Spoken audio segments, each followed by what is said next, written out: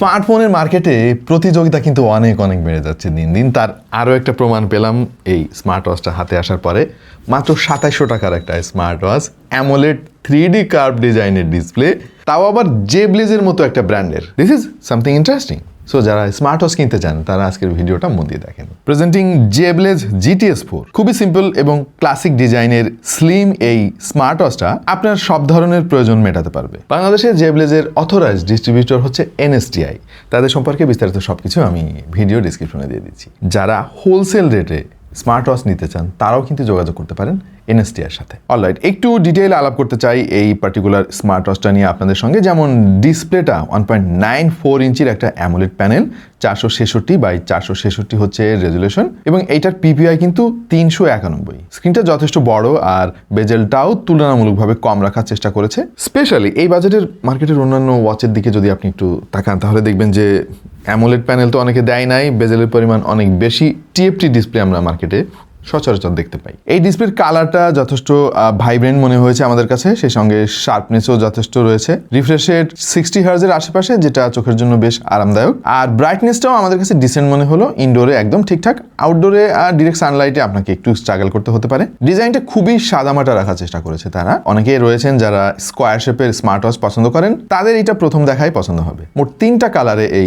Smart ওয়াচটা পাওয়া যাবে, black, silver এবং গোল্ড। এর মধ্যে আপনার পছন্দের কালার কোনটা জানাতে ভুলবেন না কমেন্টে। বডি ফ্রেমটা মেটাল অ্যালয় দিয়ে তৈরি, খুবই স্লিম, মাত্র 8.7 মিলিমিটার থিকনেস এবং কিছুটা কার্ভ ডিজাইনে, তাই ঘড়িটা দেখতে বেশ সুন্দর লাগে, হাতে খুবই প্রিমিয়াম লাগে। একটাই ক্রাউন হুইল রয়েছে যেটা আবার ফাংশনাল, যদিও এখানে একটা স্পোর্টস বাটন আমরা মিস করছি, এটা থাকলে আর একটু ভালো হতো। তবে ডিজাইন দেখে মনে হচ্ছে তারা একটু ক্লিন রাখার চেষ্টা করেছে। ওয়াচের সাথে একটাই স্ট্র্যাপ পাবেন যেটা সফট সিলিকনের তৈরি, সাথে কোনো এক্সট্রা স্ট্র্যাপ নাই। IP68 এর রেটিং রয়েছে। পানি এবং ধুলা থেকে এই ওয়াচটা যথেষ্ট নিরাপদ মনে হলো। হেলথ ট্র্যাকিং হচ্ছে স্মার্ট ওয়াচের একটা কমন ফিচার, যেটা মোটামুটি সব ওয়াচে থাকে।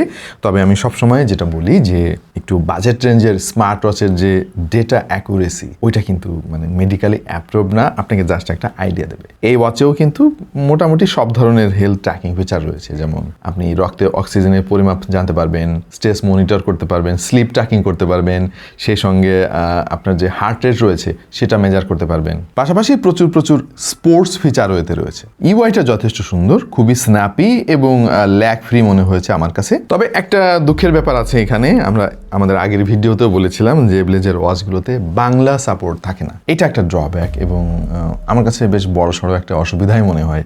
কারণ আমার ফোনের সঙ্গে যখন আমি স্মার্ট ওয়াচ কানেক্ট করব, কেন কানেক্ট করব? নিশ্চয়ই আমার পকেট থেকে ফোনটা বের না করে ওয়াচ থেকে অনেক কাজ আমি শেষ করতে চাই। সো কোনো মেসেজ আসলো, বেশিরভাগ বাংলা মেসেজই তো এখন আসে, তাই না? সেটা যদি আমি ওয়াচ থেকে পড়তে না পারি তাহলে তো আর কোনো লাভ হলো না। সো জেব্লেজকে এই জিনিসটা গুরুত্ব দেওয়া উচিত। আই গেস বাংলা সাপোর্ট যদি তারা না দেয়, এইভাবে স্টিক থাকে, তাহলে মানুষ অন্যান্য অপশনে শিফট করবে। কানেক্টিভিটিতে পাচ্ছেন ব্লুটুথ 5.3, যেটা যথেষ্ট ফাস্ট আর স্টেবল মনে হয়েছে আমাদের কাছে।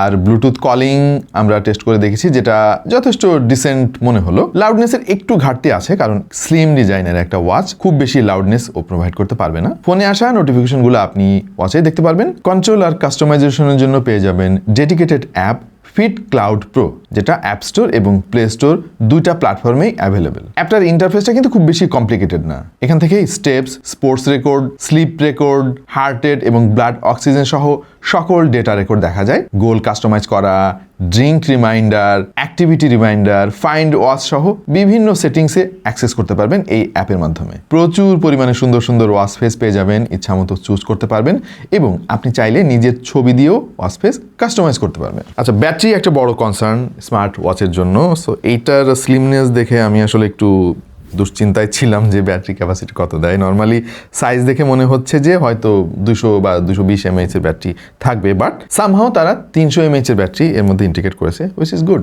নর্মাল ইউজ কেসে আপনি 5 দিন পর্যন্ত ব্যাকআপ পাবেন, আর যদি ব্যাটারি সেভার মোডটা অন করে দেন তাহলে মোটামুটি 10 দিনের কাছাকাছি ব্যাকআপ পেয়ে যাবেন। চার্জ দেওয়ার জন্য একটা চার্জিং ডক পেয়ে যাবেন। এই জিনিসটা আমরা সবসময় পরীক্ষা করি আর কি, চার্জিং ডকের ম্যাগনেটিক পাওয়ার। সো আনফর্চুনেটলি এইটাও খুব বেশি পাওয়ারফুল আমাদের কাছে মনে হলো না। এটা ঝামেলাটা হচ্ছে যখন আপনি চার্জ করবেন, একটু নাড়া লাগলে দেখবেন যে ডিসকানেক্ট হয়ে যাচ্ছে। সো আমি পরীক্ষায় পাস দেই কাকে জানেন? যদি এই চার্জিং ডকটা ওয়াচের নিজের ওজন ধরে রাখতে পারে। বাট এটা পারে নাই, এটা একটা নেগেটিভ দিক বলে আমার কাছে মনে হলো। অন্য কোনো সলিউশনে যেতে পারে কিন্তু স্মার্ট ওয়াচ ম্যানুফ্যাকচারাররা, যেমন আজকাল বেশ কিছু মডেল আমরা দেখছি যে টাইপ সি দিয়ে ডিরেক্ট চার্জ দেওয়া যায়। এটা দারুণ একটা ব্যাপার, মানে আপনার বাসার যে কোনো কেবল দিয়ে আপনি তখন চার্জ দিতে পারবেন। সো এই চার্জিং ডক, পোগো পিন, এটা বেশ পুরাতন টেকনোলজি। আমার মনে হয় স্মার্ট ওয়াচ ম্যানুফ্যাকচারারদের একটু বের হয়ে আসা দরকার। তবে একটা জিনিস ভালো লেগেছে, এর যে ভাইব্রেশন মোটর যথেষ্ট স্ট্রং। কোনো নোটিফিকেশন যদি আসে তাহলে ইনস্ট্যান্টলি আপনি সেটা ফিল করতে পারবেন এর ভাইব্রেশনে। আজকাল অধিকাংশ স্মার্ট ওয়াচের ফিচার কিন্তু একই, মানে ঘুরে ফিরে দেখবেন যে ওই একই জিনিসই আছে স্মার্ট ওয়াচে। সো ওইগুলো নিয়ে ডিটেইলি আমরা আলাপ করলাম না যে এই ওয়াচে কী কী আছে, কারণ ওইটা সব ওয়াচেই থাকে ভাই, কতবার বলবো আপনাদেরকে। বাট আমাকে যদি ফাইনাল ভার্ডিক্ট জিজ্ঞেস করা হয় তাহলে এই ওয়াচটাকে আমি রিকমেন্ড করতে পারি। তার কারণ হচ্ছে এটার দামটা খুবই অ্যাগ্রেসিভ হয়েছে। জেবলেস অনেক পুরাতন একটা স্মার্ট ওয়াচ ব্র্যান্ড এবং তারা খুব ভালো ভালো স্মার্ট ওয়াচ বানায়, মার্কেটে তাদের একটা প্রভাব আছে। কিছু জিনিস যদি তারা আরেকটু ইমপ্রুভ করে তাহলে আমার মনে হয় জিনিসটা আরও জোস হয়, যেমন এই চার্জিং পোগো পিনের ব্যাপারটা, ম্যাগনেটটা আরেকটু পাওয়ারফুল করুক অথবা ডিরেক্ট চার্জিংয়ের ব্যবস্থা করুক, এটা একটা জিনিস। আরেকটা জিনিস হচ্ছে বাংলা সাপোর্ট। ভাই বাংলাদেশে এই স্মার্ট ওয়াচের বিজনেস করতেছেন অথচ বাংলা সাপোর্ট দিবেন না, জিনিসটা একটু চোখে লাগলো আর কি। আমরা বারবার বলতেছি জিনিসটা, আশা করছি জেবলেস এটা খেয়াল করবে এবং নেক্সট কোনো একটা ওয়াচে বাংলা সাপোর্ট দিয়ে দেবে। ইনফ্যাক্ট এই ওয়াচেই কিন্তু সফটওয়্যার আপডেটের মাধ্যমে বাংলা দেওয়া সম্ভব। তারপরেও জেবলেজের GTS 4কে কিন্তু ইগনোর করার কোনো সুযোগ নাই, কারণ অফিসিয়াল ওয়ারেন্টি পাচ্ছেন, অ্যামোলেড ডিসপ্লে পাচ্ছেন, অলওয়েজ অন ডিসপ্লে রয়েছে, এতে ডিসপ্লেটা যথেষ্ট সুন্দর, চার্জ ব্যাকআপ ভালো, দেখতে সুন্দর ওয়াচটা। সো এইটা আপনার চয়েস লিস্টে অবশ্যই রাখতে পারেন। আপাতত এই ছিল আমাদের জেবলেস GTS 4 নিয়ে ভিডিও। কেমন লাগলো অবশ্যই জানাতে পারেন কমেন্ট সেকশনে। এরকম আরও ভিডিও যদি দেখতে চান সাবস্ক্রাইব করতে পারেন টেক টু দ্য পয়েন্টে। দেখা হয়ে যাবে অন্য কোনো ভিডিওতে ভিন্ন কোনো বিষয় নিয়ে। সে পর্যন্ত সবাই ভালো থাকুন, সুস্থ থাকুন আর দেখতে থাকুন টেক টু দ্য পয়েন্ট।